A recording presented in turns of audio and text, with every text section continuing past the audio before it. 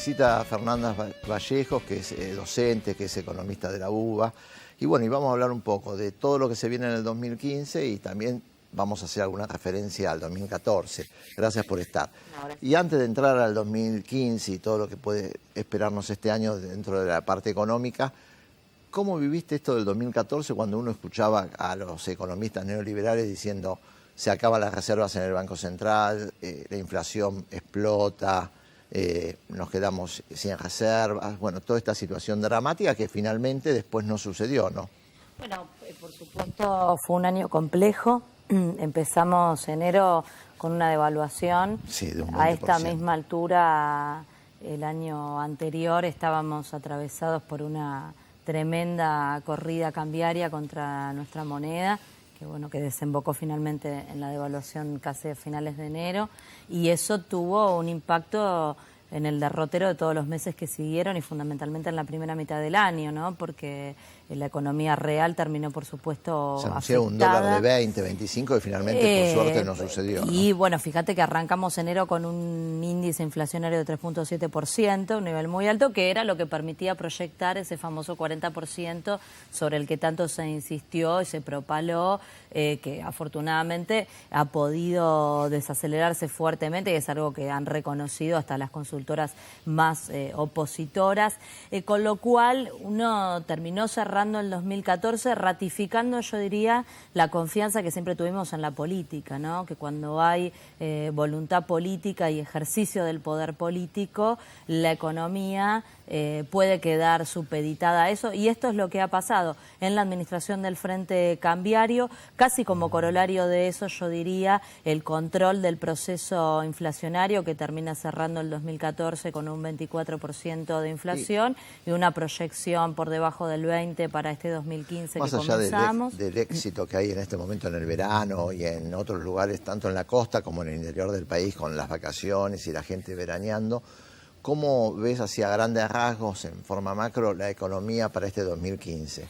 Y con en el marco de este mismo contexto que conversábamos recién, arrancamos un 2015 mucho mejor que como arrancamos el año pasado, por supuesto, ¿no? Con una inflación moderada, lo cual también habilita un escenario para una paritaria más tranquila, no porque haya sido tan complicada también como se decía la del año pasado. La verdad es que hay que ser muy justo y decir que los trabajadores argentinos en todos estos años en que hemos recuperado las paritarias siempre han dado muestras de una enorme responsabilidad a la hora de negociar, y además con buenos resultados, ¿no? Porque lo más importante es que los salarios han recuperado participación a lo largo de todo el ciclo en la distribución del ingreso nacional, que es una de las variables fundamentales y razón de ser de la política económica. Así que la verdad que estamos arrancando bien, con un consumo que se empieza a recuperar, con algunas políticas puntuales que han sido muy exitosas, como la hora 12, por ejemplo, con el precios cuidados, que complementariamente con la administración del Frente Cambiario también ha colaborado en contener la evolución de los precios, con el sector de la construcción, por ejemplo, también repuntando, que fue uno de los dos sectores junto con el automotriz que vino frenado, golpeado, con mala performance en el 2014, y hay que decir que también el impacto del sector público es importante para esta recuperación, ¿no? Porque, a ver, en lo que hace a las construcciones privadas, la decisión política de la instrumentación del Procrear es lo que está traccionando fuertemente la expansión de la construcción por ese lado. También las construcciones petroleras, y acá la decisión estratégica que se tomó en su momento de recuperar la YPF con la gestión estatal también tiene un impacto. Ya vamos a entrar a la economía doméstica, que te quería preguntar algunos temas específicos, pero antes de entrar a lo que pasa todos los días en Argentina, el 31 de diciembre terminó el famoso tema de la cláusula Rufo. ¿Cómo ves que van a ser las negociaciones, si es que las va a haber, con el tema de fondos buitre y todos los hold'em, que son un 7% que quedaron afuera, ¿no? Así es. Mira, No lo veo ni tan simple ni tan lineal como algunos análisis que uno ha escuchado por ahí. No, esto no es soplar y hacer botella. Claro, ninguno de los canjes, ni el del 2005 ni el del 2010, lo fue. Llevaron años de construcción esas negociaciones y son procesos complejos. Y la verdad es que acá lo que me parece que hay que entender es que es un escenario que se parece más a un tablero de ajedrez, donde por otra parte no es la única determinante la voluntad del gobierno nacional de la República Argentina, la que prima en lo que termine siendo la resultante de esa partida. O no quieren negociar, claro, digo, acá hay que tener en cuenta que, digo, uno si es muy honesto con el análisis de la realidad, lo primero que hay que reconocer es que los fondos buitres en particular, que es ese 1% que está implicado en la demanda, no ha tenido hasta el momento ninguna vocación de negociar con la Argentina, por el contrario, han sido abiertamente hostiles contra la nación. Y incluso han manifestado en términos, si se quiere, más políticos, que ven en un Scioli, en un Massa o en un Macri, hablando de tres precandidatos presidenciales que aparecen en la palestra, negociadores con los que se sentirían más cómodos para arribar a una política, se entiende, que resulte más favorable a sus intereses. Por lo tanto, tal vez te diría que imagino un escenario donde si se cristaliza en los próximos meses una fórmula del Frente para la Victoria con un candidato que determine la presidenta de la Nación como síntesis del debate democrático hacia el interior del espacio y que eso genere una fuerte señal de continuidad de este proyecto político, tal vez se incorpore al escenario un elemento más de estímulo para la negociación, porque en ese caso me parece que los buitres estarían leyendo que podrían quedarse sin el pan y sin la torta, digamos, o que en algún momento van a tener que sentarse a negociar. Como la Argentina, según la oposición, hubo el año pasado 40% de inflación y según el INDEC habla de un 23% en todo el año. ¿Qué números vos tenés y qué te parece? ¿Y cómo hacer para que en la Argentina baje la inflación, como puede ser en Brasil o en Chile? Mira, nosotros desde septiembre, octubre estamos proyectando 24%, que es lo que surge de los números que existen para todo el territorio federal.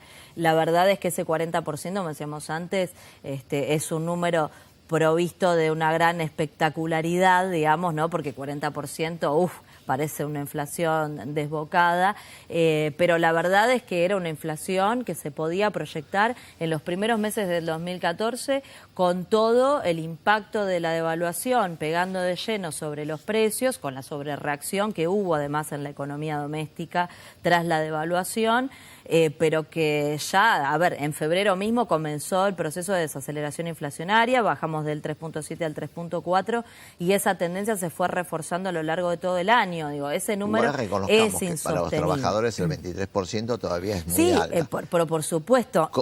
Uno dice 24% de inflación. ¿Es culpa de las grandes corporaciones económicas? Indudablemente, uno dice 24% de inflación y sigue siendo una inflación muy elevada para la economía. Por supuesto, estamos hablando de un nivel alto que no es ese nivel descontrolado del 40% que se intentó instalar, pero que por supuesto sigue siendo una variable sobre la que hay que seguir trabajando.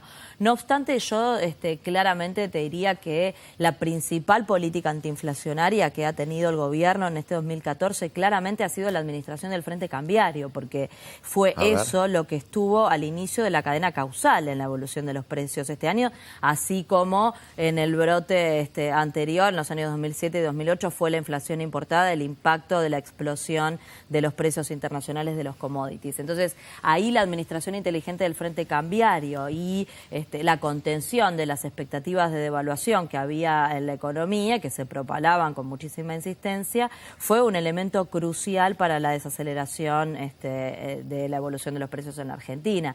Y como decíamos antes, otras medidas que tienen que ver con cuidar específicamente el bolsillo de los trabajadores y fundamentalmente de los sectores más vulnerables, también han acompañado. El tema de los precios cuidados, que tanto que fue criticado, finalmente parece que funciona, o por lo menos pone un margen que uno ve en los grandes supermercados, decir, la yerba sigue costando lo mismo que hace un año, aumentó un peso, cuando a principios del año pasado teníamos una yerba a 50 pesos y ahora se mantiene a 30 promedio. Así es. Y esas además, cosas creo que han ayudado para estabilizar un poco los precios. Han ¿no? ayudado, por supuesto, y además nos han ayudado como sociedad a interpretar mejor qué es lo que sucede y a colocar las responsabilidades en su justo lugar, ¿no? Porque la verdad que la política de precios cuidados con la generación de precios de referencia han permitido poner sobre el tapete una variable que en el pensamiento económico argentino estaba invisibilizada absolutamente, que tiene que ver con la tasa de rentabilidad, sobre todo de los grandes grupos monopólicos y oligopólicos que operan en la economía y que terminan determinando, configurando los precios más importantes de la economía. Así que esto solamente en términos culturales, yo te diría, para lo que es el debate económico, ha sido una ganancia muy importante y algo que hay que seguir profundizando, porque no es lo mismo para un monopolio, para un oligopolio, lo siguen haciendo, no quiere decir que hayamos ganado la batalla, pero no es lo mismo formar precios de cualquier manera en una sociedad que convalida cualquier precio, que en una sociedad que empieza a tomar conciencia de cómo se genera ese proceso de formación de precios y que no está dispuesta a convalidar que nos roben, lisa y llanamente. Sí, este año no hay duda, se aclaró bastante cómo era la cadena de valor en los grandes hiper. Ya un tema mucho más macro. La oposición, uno lee los diarios o los grandes medios, están como horrorizados con los acuerdos con China. ¿Qué te parece estos acuerdos con China? No solamente son con la Argentina, sino también han llegado a toda América, a Brasil, a Venezuela, a Ecuador. Mira, ¿Qué significa para el país y para la región estos acuerdos con China? Primero, por supuesto que en la coyuntura puntual que nosotros tenemos, claramente son acuerdos sumamente positivos.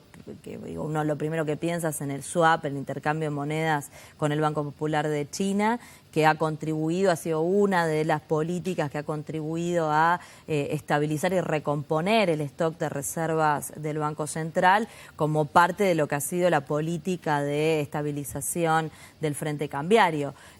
También, no puede soslayarse lo que han sido todos los acuerdos estratégicos en materia de inversión que tienen que ver con la agenda estructural del desarrollo en la Argentina. Uno piensa acá en la cuestión energética, el acuerdo para el financiamiento, por ejemplo, de las represas Kirchner-Cepernic, que no solamente estamos hablando del ingreso de divisas a la economía, sino de una política estratégica que tiene que ver con sustitución de importaciones, con diversificación de la matriz energética, con las patas estructurales que vienen a resolver de manera definitiva el problema de la restricción externa en la Argentina. Pero saliendo de nuestra propia situación doméstica, me parece que se inscribe además en una mirada un poco más amplia, ¿no? Porque aquí estamos hablando de un bloque emergente que surge a lo largo de los años 2000, y que permite posicionar al sur del mundo, no lo digo en términos geográficos sino políticos, en un lugar diferente al que veníamos teniendo en todas las décadas previas. Esto se cristaliza en lo económico porque ese bloque emergente pasa a encabezar la tracción del crecimiento económico a nivel global, revirtiendo la tendencia previa, donde siempre eran los países centrales los que estaban a la cabeza del crecimiento de la economía global, y se cristaliza en el plano económico cuando uno observa cómo los países emergentes, por supuesto la región suramericana y la Argentina en particular, se posicionan en los diferentes foros internacionales y hoy se están abriendo debates que eran impensados hace años atrás, ¿no? La discusión por la reestructuración de la deuda soberana es un ejemplo claro de eso. Bueno, Fernanda, gracias por venir. Vamos a un corte y ya volvemos. Gracias a vos por la invitación.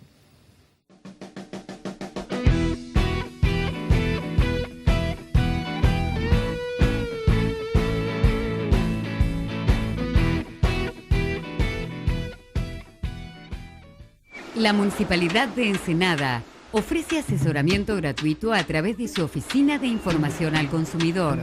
De lunes a viernes, de 8 a 14 horas. Personal especializado. Atiende consultas y brinda información respecto a los derechos de los usuarios de bienes y servicios. Para más información, dirigirse al Centro de Gestión Municipal, de calle La Merced, número 491, o comunicarse al teléfono 460-1400 Interno 279. El servicio de información al consumidor también es parte de la gestión. Y recuerde que informarse es defender sus derechos. Municipalidad de Ensenada. Gestión Mario Seco. Vacunemos a nuestros niños hasta el 31 de octubre en todos los hospitales y centros de salud. Campaña de refuerzo para niños de 1 a 4 años para inmunizar contra la rubiola, el sarampión y la polio. Las vacunas ayudan a nuestros niños a que crezcan sanos. Cualquier duda, consulta con el pediatra o dirigite a la unidad sanitaria más cercana. Informa Secretaría de Salud Pública, Dirección de Medicina Preventiva, teléfono 4-716-6819. Municipalidad de 3 de Febrero, Intendencia Hugo Curto.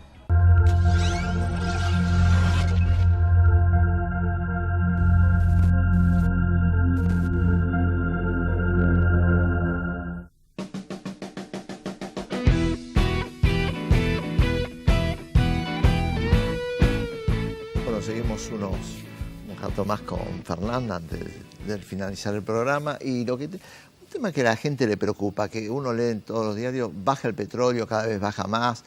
Eso nos perjudica a nosotros que estamos tratando de desarrollar el tema de Vaca Muerta. Yo pienso en Brasil, que exportan petróleo, o en Venezuela o en Ecuador.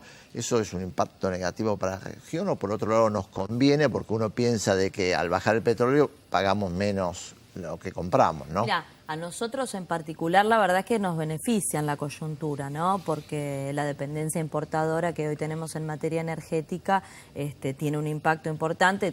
Diría es una de las 3 patas estructurales de la restricción externa, junto con el déficit industrial y la cuestión de la deuda que tenemos que terminar de saldar, de manera tal que a nosotros en particular nos resulta benéfico. Por supuesto que a Venezuela y a los países exportadores de petróleo que tienen sus economías muy vinculadas a la venta de ese commodity, indudablemente les genera un perjuicio, claramente. Yo creo que no sé si esto va a ser tan definitivo, porque no tiene que ver solamente con razones estructurales que impactan sobre el precio, que sí las hay, por supuesto el desarrollo no convencional en países como los Estados Unidos, pero también hay un importante componente político, ¿no? Que termina influyendo sobre los precios, y me parece que en la OPEP se va a seguir dando una discusión fuerte alrededor de esta cuestión, que está vinculada con la geopolítica, con la disputa de los Estados Unidos, con otros países del bloque emergente, como hablábamos antes, en particular con Rusia, y cómo juegan algunos jugadores dentro de la OPEP para un lado o para el otro. Y me parece que esta es una discusión que todavía está en sus albores, ¿no? Sí. Después, una cosa que no ha escuchado, bueno, que esto va a condicionar el desarrollo de Vaca Muerta. La verdad que el proyecto de Vaca Muerta es un proyecto de mediano y largo plazo. Esto no lo condiciona, no lo está condicionando, lo estamos viendo, porque el flujo de inversiones en torno de YPF se sigue trabajando en las mismas condiciones. Y además hay algo muy interesante, cuando uno observa cómo ha evolucionado el desarrollo tecnológico para avanzar sobre el no convencional, por ejemplo en los Estados Unidos, que es pionero en la materia, los costos del desarrollo de esa tecnología, que por cierto es muy cara, ha caído de manera impresionante, muy rápidamente, porque el avance tecnológico es muy rápido. Con lo cual, si uno mira esta tendencia, también podría proyectar que obviamente es una tendencia que se va a sostener y que los costos de desarrollar el no convencional, como es el caso de lo que nosotros estamos haciendo en Vaca Muerta, va a seguir teniendo una tendencia bajista en los años que siguen. El hecho de que en Brasil haya bajado el petróleo y eso perjudica la economía y esté bastante paralizada la economía dentro de Brasil, están hablando de una devaluación en Brasil, eso implica que en Argentina también tiene que devaluarse, ya se está hablando de que 8 pesos con 50 promedio el dólar es muy poco. ¿Cuál es tu opinión, tu mirada como economista? El tipo de cambio en Argentina, y sobre todo el tipo de cambio real multilateral, sigue estando muy competitivo, y acá hay que entender 2 cuestiones. Primero, que la verdad es que esta mirada de que la competitividad se resuelve desde un lugar de precios y vinculado al tipo de cambio la verdad que es una falacia económica. Digo, todas las mediciones empíricas para la Argentina demuestran la inelasticidad de las exportaciones como de las importaciones al tipo de cambio. A ver, las exportaciones dependen de la demanda externa, si hay capacidad adquisitiva en el resto del mundo o en nuestros principales socios comerciales, como en este caso Brasil, nos compran más y si no la hay, nos compran menos, independientemente del tipo de cambio que nosotros tengamos. Y lo mismo sucede con las importaciones, porque nuestra industria requiere de bienes intermedios y de bienes de capital para funcionar, de manera tal que mientras el nivel de actividad está sostenido, la demanda está fuerte, tracciona la inversión y la expansión de la actividad económica, las importaciones en la Argentina crecen, aunque el tipo de cambio no favorezca las importaciones, digamos. De manera tal que, despejada, digamos, esa falacia, lo que queda detrás de esta mirada, que la verdad es un enorme consenso dentro de los economistas liberales y neoliberales, es lisa y llanamente la vocación de generar una transferencia regresiva de ingresos desde los sectores trabajadores que tienen ingresos fijos, es decir, las amplias mayorías populares, hacia los sectores que históricamente se han beneficiado con la devaluación, puntualmente los sectores agroexportadores y el sector financiero que está posicionado en dólares y gana por esa diferencia de cotización. Así que, por supuesto que digo, no es una buena política, no es necesaria por el momento y sí me preocupa lo que pasa con Brasil, porque esto lo hemos visto cómo ha impactado en el año 2014 sobre nuestra industria automotriz y nos obliga, me parece, no solamente al sector público, sino fundamentalmente al sector privado o en la articulación de los dos, a pensar estrategias superadoras que permitan de alguna manera pararse por encima, ¿no? De lo que sucede en Brasil, porque la política económica que el gobierno brasilero está planteando y lo que uno ve de los equipos económicos nuevos tras la reelección de Dilma no permitirían tener una ambición muy alentadora de lo que puede estar pasando en Brasil en este año. Pongamos esperanza. Bueno, ahora sí, gracias por estar en este primer programa de esta tercera temporada de Diagonales TV y ya nos volveremos a ver porque el año es largo y la política y economía van de la mano. Un placer como siempre. Espérame acá un minuto, yo ya me voy a ir despidiendo. Quería contar al final algo que ha llamado atención una vez más, ya lo veníamos hablando el año pasado, que era esta posición de Martín Insaurralde, que va a la cena con Sergio Massa en Pinamar, o 2 días se saca una foto con Karina, está que sí, que no, nunca se decide. Y quizás lo que le ha pasado a Martín Insaurralde es que no ha leído demasiado Perón. Tendría que leer Conducción Política, donde Perón explica claramente aquella diferencia para un conductor que es la popularidad o la estrategia. Dice, la popularidad se puede ganar de un día para otro, pero de la misma manera que se gana, también se pierde. En cambio, el prestigio se construye de a poco y se pierde de a poco. Por ende, me parece que no lo entiendo. Y es por eso que en las encuestas se lo ve que Martín Insaurralde, que hace un año medía muy bien, ahora cada vez mide menos. Bueno, hemos llegado al final de este primer programa del 2015. Nos volveremos a encontrar dentro de una semana por la señal de CN23. Muchas gracias.